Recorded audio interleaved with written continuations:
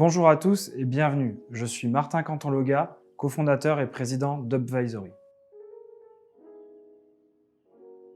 Sachez tout d'abord qu'un besoin utilisateur peut atterrir vers diverses solutions différentes qui peuvent avoir plus ou moins d'impact et apporter une valeur différente sur le plan commercial à son organisation. Le réflexe premier que l'on remarque malheureusement trop souvent encore est de partir d'entrée de jeu sur la solution, alors qu'on pourrait interroger la pertinence de cette dernière. Ainsi, on mène ce qu'on appelle une phase de discovery qui nous permet de remonter à l'origine du besoin et du problème rencontré par nos utilisateurs. De ce besoin, on est en capacité de formuler et étudier des pistes de solutions qui restent au stade d'hypothèse et que nous allons analyser et tester pour finalement sélectionner la meilleure. Une bonne pratique pour réaliser une discovery de qualité qui est souvent oubliée et de vous confronter à vos utilisateurs. Et ces utilisateurs cibles, quels qu'ils soient, et pour cela, rien de mieux que l'étude empirique, et dans le jargon produit, on appelle ça une phase de user research. Alors voici 3 conseils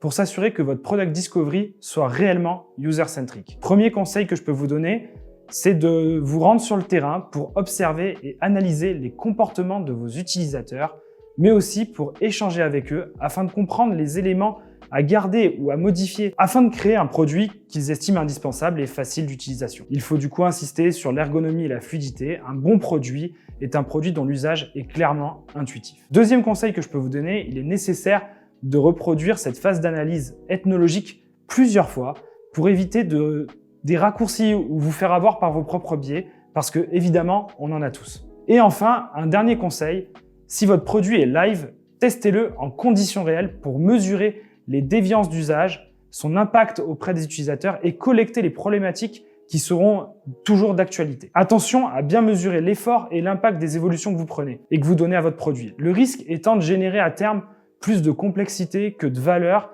et à vous éloigner du besoin qui est fondamental. J'espère que ces conseils, en tout cas, vous ont été très utiles pour initier une phase de product discovery centrée sur les besoins des utilisateurs.